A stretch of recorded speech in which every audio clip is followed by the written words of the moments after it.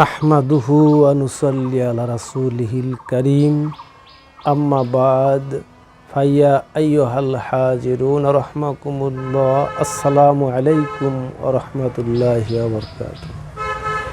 সম্মানিত মুসলিম মিল্লাত, আমরা একটি মাস রোজা পালন করলাম। সামনে পবিত্র ঈদুল আজহা।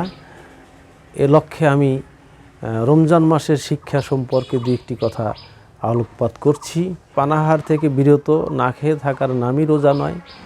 রমজান মাসে পানাহার এবং সকল প্রকার অন্যায় অবিচার গুনাহ থেকে নিজেকে মুক্ত রাখার নামই ছিল রোজা। থাকবে না কোনো হিংসা বিদ্বেষ হানাহানি মনমালিন্য, এ সকল থেকে বিরত থাকার নাম ছিল রোজা। আর এটাই ছিল আমাদের রমজানের প্রকৃত শিক্ষা। আমরা রমজান মাসে যেমন সংযমী ছিলাম, অন্য মাসগুলোতেও আমরা ঠিক তেমনই সংযমী থাকব। রমজান মাসে যেমন 5 ওয়াক্ত নামাজ তারাবি তাহাজ্জুদ সহ আদায় করেছি, ঠিক তেমনি অন্য মাসেও আমরা তাহাজ্জুদ বা অন্য নামাজ 5 ওয়াক্ত নামাজ আদায় করব। কারণ নামাজ ছাড়া কোনো আমলই আল্লাহর দরবারে গ্রহণযোগ্য হয় না। যে ব্যক্তি 1 ওয়াক্ত নামাজ ইচ্ছা করে ছেড়ে দেয়, সে ব্যক্তি কুফরি করে। প্রিয় নবী মুহাম্মদুর রাসূলুল্লাহ সাল্লাল্লাহু আলাইহি ওয়াসাল্লাম এ বিষয়ে দ্ব্যর্থকণ্ঠে ঘোষণা করেছেন যে ফান তারাকুস সালাতা মুতাআম্মিদান ফাকাদ কাফারা। অতএব নামাজ যে ব্যক্তি ইচ্ছা করে ছেড়ে দিল, সে কুফরি করল। কোরআনুল কারিমে মহান আল্লাহ তাবারক তাআলা নামাজ সম্পর্কে ঘোষণা করেছেন বিসমিল্লাহির রহমানির রহিম, ইন্নাস সালাতা তানহা আনিল ফাহশাই ওয়াল মুনকার। নিশ্চয়ই যে ব্যক্তি নামাজ আদায় করবে, নামাজ তাকে সকল প্রকার ফাহেসা কাজ থেকে বিরত রাখবে।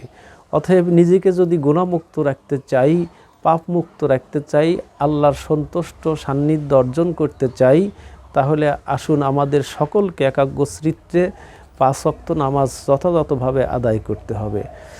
এছাড়া আমাদের অন্য কোনো আমল আল্লাহর দরবারে কবুল হবে না। অতএব সম্মানিত মুসলমান ভাই ও বোনেরা, আমরা যদি নামাজ না পড়ে হাজারো নেক আমল করি, সেই আমল আল্লাহর দরবারে কবুল হবে না। এটা মহান আল্লাহ তাআলার ঘোষণা। 5 ওয়াক্ত নামাজ আদায় করব যথাযথভাবে এবং অন্য নেক আমল আমরা করব, তাহলে আল্লাহর সন্তুষ্টি অর্জন করতে পারব, জান্নাত আমাদের নসিব হবে, প্রিয় নবী সাল্লাল্লাহু আলাইহি সাল্লামের শাফায়াত আমাদের নসিব হবে। অতএব সর্বশেষ কথা হলো, নামাজবিহীন কোনো আমল আল্লাহর দরবারে কবুল হবে না। এটা প্রিয় নবী সাল্লাল্লাহু আলাইহি সাল্লামও বলেছেন এবং মহান আল্লাহ তাআলাও ঘোষণা দিয়েছেন। আসুন আমরা সকলে 5 ওয়াক্ত নামাজ যথাযথভাবে আদায় করি। মহান আল্লাহ তাআলা যেন আমাদেরকে 5 ওয়াক্ত নামাজ যথাযথভাবে সঠিক সময়ে খুজু অবস্থায় নামাজের তরতিবগুলো আদায় করে নামাজ আদায় করার তৌফিক দান করেন।